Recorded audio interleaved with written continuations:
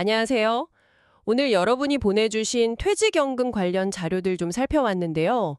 와, 이게 적립금이 430조 원이 넘더라고요. 엄청나죠? 네, 규모가 정말 대단합니다. 그런데 말이죠. 이 막대한 자금이 굴러가는데 평균 수익률은 왜? 3%대에 머물러 있을까요? 이게 좀 궁금하더라고요. 그게 핵심 질문이죠. 네, 그래서 오늘 저희는 이 낮은 수익률의 원인을 한번 파헤쳐 보고요. 또 핵심 위성 전략이라는 좀 흥미로운 해법이 있더라고요. 이걸로 수익률 4% 이상 가능할지 한번 탐색해 보려고 합니다. 좋습니다. 자, 한번 깊이 들어가 볼까요? 네, 일단 가장 큰 이유는 여러분의 퇴직연금 적립금 중에서 80% 이상이요. 이게 원리금 보장 상품에 묶여 있다는 점입니다. 80%나요? 와. 네, 물론 작년에는 시장이 워낙 좋아서 5.26% 이렇게 수익률이 나오기도 했지만요. 이건 좀 일시적인 현상으로 봐야 하고요. 아, 매번 그런 건 아니군요. 그렇죠. 평상시에는 그냥 3%대 수익률이다. 이게 현실인 거죠. 그렇군요. 자료를 보니까요, 그 근본 원인으로 많은 분들이 위험 회피 심리가 강하다, 뭐 이런 분석이 있더라고요. 네, 맞습니다. 매달 이렇게 소액으로 또 장기간 적립하다 보니까 운용 자체에 대한 관심이 좀 낮고, 특히 퇴직 후에 IRP 계좌로 옮겨서는 더 그렇죠. 원금 손실은 절대 안 된다. 이런 생각이 강하시다는 거예요. 맞아요. 과거에는 사실 퇴직금을 그냥 목돈으로 받아서 자녀 학자금 주고 집 사는 데 보태고 약간 이런 인식이 좀 있었잖아요. 네네, 그랬죠. 근데 이제는 기대 수명이 워낙 늘어나서요. 퇴직연금의 역할이 완전히 달라졌습니다.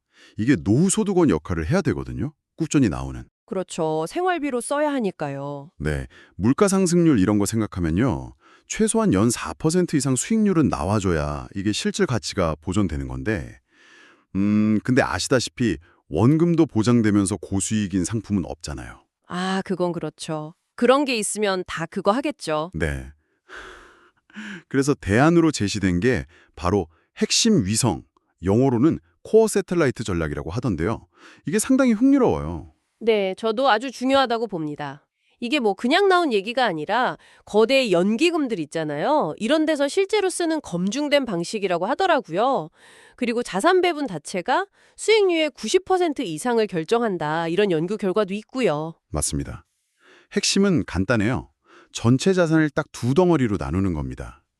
핵심, 코어랑 위성, 새틀라이트 이렇게요. 핵심이랑 위성. 네. 핵심 자산은 뭐냐면 전체 자산의 한 60에서 80% 정도 이걸 차지하는데 시장 전체를 따라가는 좀 안정적인 상품으로 구성하는 거예요. 예를 들면 지금 많이 가입하신 원리금 보장 상품들 있죠? 정기예금이나 ELB 같은 거. 아, 지금처럼 안정적인 거요? 네. 그걸로 구성화돼 비중을 100%가 아니라 조금 줄여보자는 거죠. 그게 핵심입니다. 아하, 100%는 너무 많으니 좀 덜어내고 그럼 나머지 그 위성 자산은 뭔가요? 20에서 40% 정도 되겠네요? 그렇죠. 이 위성 자산은 이제 추가 수익을 좀 노려보는 부분입니다. 근데 여기서 오해하시면 안 되는 게 막 고위험 상품에 투자하라는 뜻은 절대 아니고요. 아, 그건 아니고요. 네, 예를 들어 코스피나 S&P 500 같은 시장 대표 지수를 따라가는 인덱스 펀드 혹은 TDF라고 들어보셨죠? 타겟 데이트 펀드. 네, TDF는 요즘 많이들 하시죠. 네, 그것처럼 은퇴 시점에 맞춰서 자동으로 자산 비중 조절해주는 펀드라든가 아니면 단기 채권 같이 비교적 덜 위험한 그런 실적 배당형 상품으로 채우는 겁니다. 실적 배당형이긴 한데 상대적으로 좀 안정적인 걸로요. 그렇죠. 중요한 건 이 위성 자산 비중 자체가 핵심 자산보다 훨씬 작잖아요. 그러니까 전체 포트폴리오의 안정성을 크게 해치지는 않는다는 점입니다. 아, 그게 핵심이네요. 안정성을 지키면서 플러스 알파를 노린다.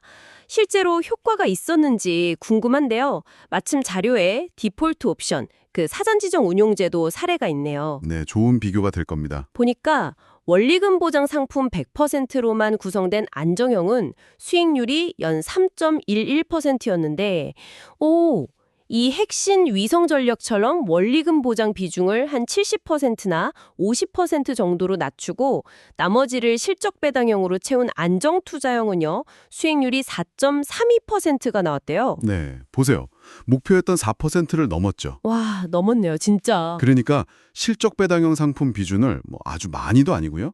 조금만 늘려도 수익률 개선 효과가 있다는 증거죠. 그렇군요. 특히 아까 말씀드린 TDF 같은 경우는요. 그 상품 자체가 사실 은퇴 시점까지 남은 기간에 따라서 위험자산이랑 안전자산 비중을 알아서 조절해 주거든요. 일종의 자동 핵심 위성 전략인 셈이죠. 아, TDF 안에 이미 그 개념이 녹아 있군요. 네. 그리고 요즘은 총 보수율도 계속 낮아지는 추세라 작년 평균 0.61% 정도? 예전보다 훨씬 부담 없이 접근해 볼 수 있는 좋은 방법 중 하나입니다. 좋습니다. 자, 그럼 이 핵심 위성 전략 여러분께서 직접 한번 활용해 보고 싶다. 그럼 어떻게 시작해야 할까요?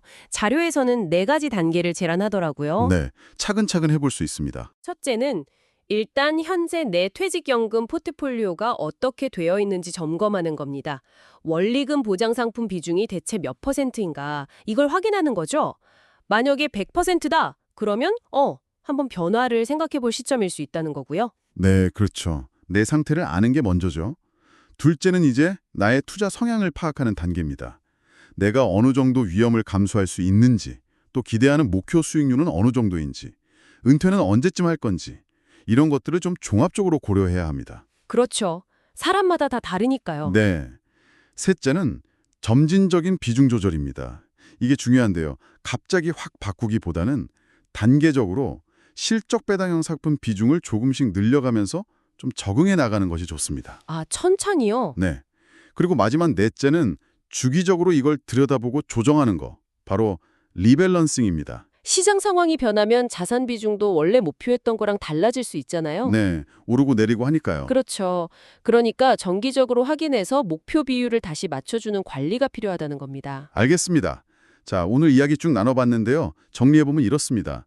이제 퇴직연금은 그냥 목돈으로 타서 쓰는 돈이 아니라 길어진 우리 노후를 책임져야 할 꾸준한 소득원으로 봐야 한다. 이게 첫 번째고요. 네, 인식의 전환이 필요합니다. 그리고 현재 3%대 수익률로는 물가 상승 같은 걸 고려하면 좀 부족할 수 있다. 이 현실을 인식해야 한다는 점. 그렇죠.